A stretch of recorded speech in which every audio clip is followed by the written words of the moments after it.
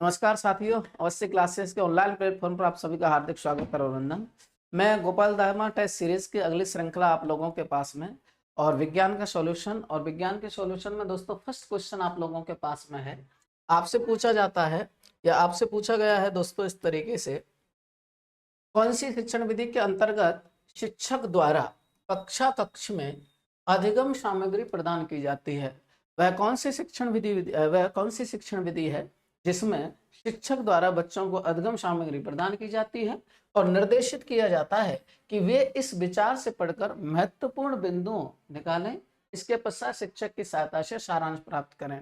आपसे दिए गए विकल्पों के आधार पर यह पूछने का प्रयास किया है दोस्तों कि ऐसी कौन सी टीचिंग मेथड है, ऐसा कौन सी शिक्षण विधि है जिसमें बच्चों को शिक्षक के द्वारा अधिगम सामग्री वितरित की जाती है और बच्चे उस अधिगम सामग्री को पढ़ करके महत्वपूर्ण बिंदु निकालने का प्रयास करते हैं। विकल्प में आपको दे रखा है प्रायोजना विधि, जिसका मतलब आप अच्छे से जानते हैं कि बच्चा इसके अंतर्गत विभिन्न प्रकार के प्रोजेक्ट तैयार करता है और कोई शिक्षण सामग्री अध्यापक के द्वारा बच्चों को वितरित नहीं की जाती है। एक आपसे कहा गया समस्या समाधान विधि। दोस्तों समस्या समाधान विधि में क्या होता है कि बच्चा के सामने उस विशेष प्रकार की विषय वस्तु से संबंधित समस्याओं का प्रस्तुतिकरण किया जाता है। बच्चा उन समस्याओं के प्रस्तुतिकरण से संबंधित खुद उनका समाधान ढूंढता है और इस प्रकार से दोस्तों समस्या समाधान विधि का बच्चा प्रयोग करता है। इसके बाद में आपके पास में है दोस्तों अन्वेषण विधि। अन्वेषण का सीधा मतलब दोस्तों खोज से होता है और किसी प्रकार के अधिगम सामग्री शिक्षक के द्वारा बच्चों को प्रदान नहीं की जाती है। दोस्तों प्रायोजना विधि जिसे आप अच्छे से जानते हैं कि किलपैट्रिक महोदय ने दी है।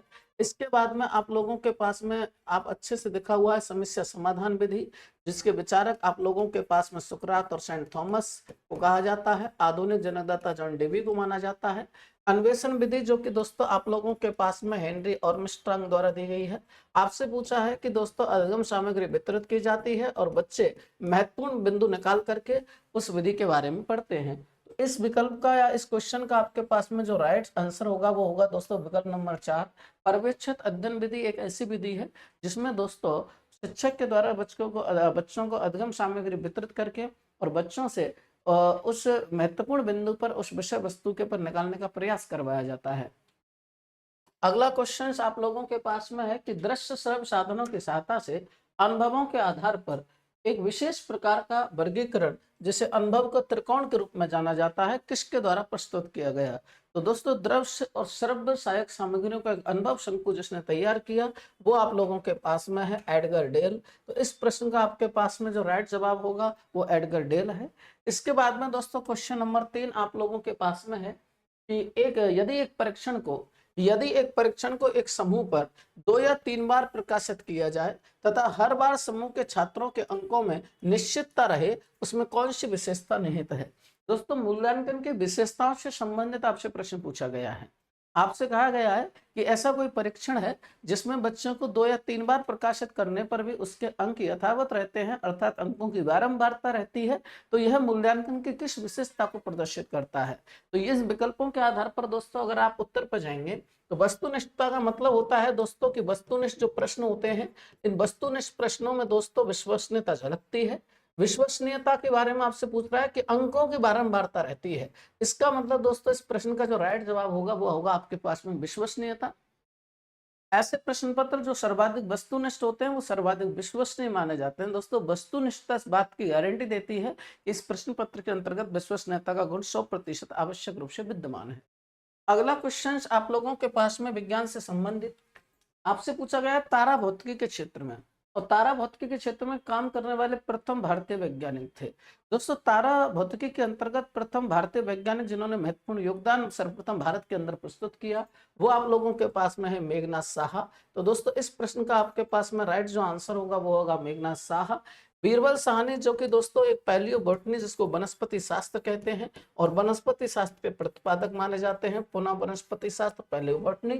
सत्येंद्रनाथ बोस हैं जिसके द्वारा दोस्तों पदार्थ की 5वीं अवस्था boss BEC boss Einstein condensate प्रस्तुत की गई।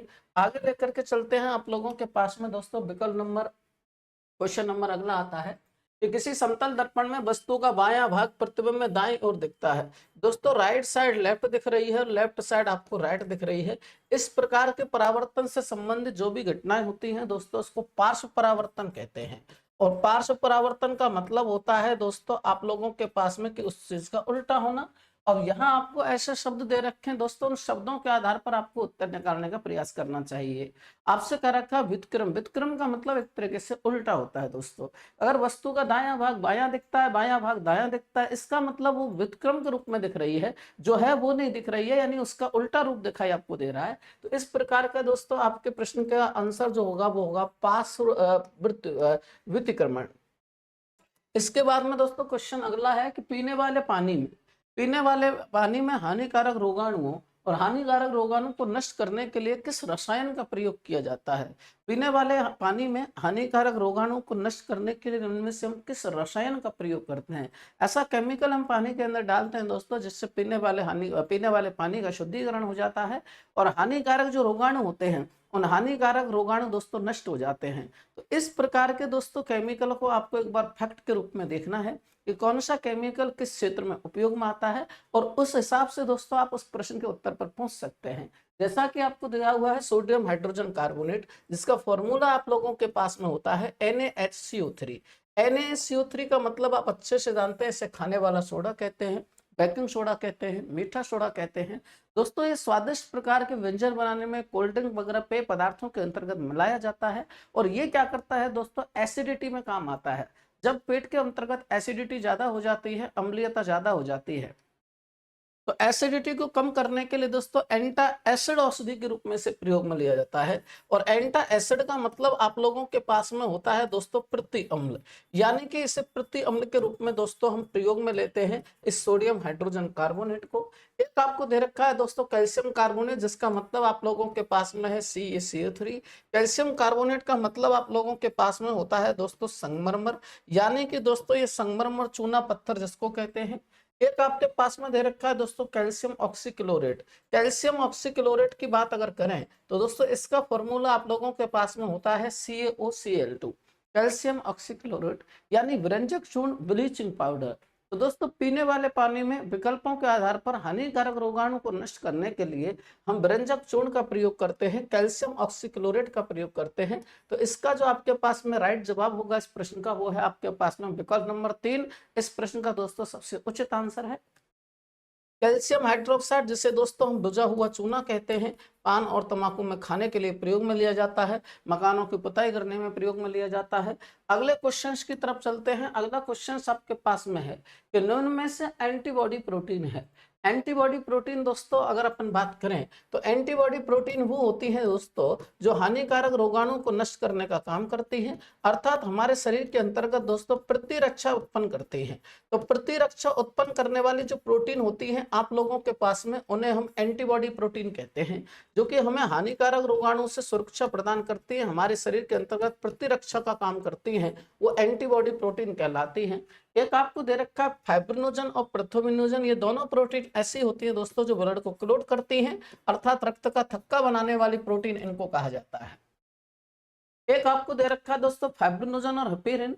इनमें से दोस्तों फाइब्रिनोजन आपके पास में रक्त का थक्का बनाने वाला पदार्थ है जो रक्त का थक्का बनाता है, और दोस्तों जो हेपेरिन है वो रक्त का थक्का बनाने से रोकता है। यानी एक आप लोगों के पास में स्कंदक पदार्थ है तो दूसरा आप लोगों के पास में प्रति स्कंदक पदार्थ है। एक रक्त का थक्का बनाता है जबकि दूसरा रक्त का थक्का बनाने से रोकता है।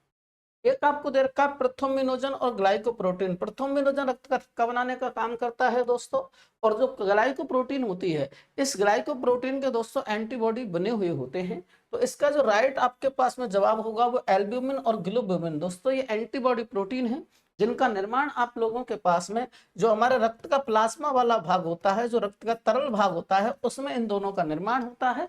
तो सही जवाब जो आप लोगों के पास में होगा वो एल्ब्यूमिन और दोस्तों ग्लोब्यूमिन होगा, जो कि रक्त के अंतर्गत प्लाज्मा वाले भाग में निर्मित होते हैं और इम्यूनिटी पावर को मजबूत बनाते हैं, रोगाणु से सुरक्षा करते हैं, यानी कि हमारे शरीर की प्रतिरोधक क्षमता में वृद्धि करते हैं।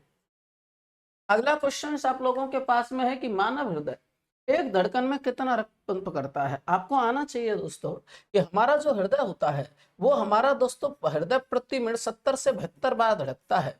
यानी कि दोस्तों हमारा जो हृदय होता है वो 1 मिनट में 70 से 72 बार धड़कता है।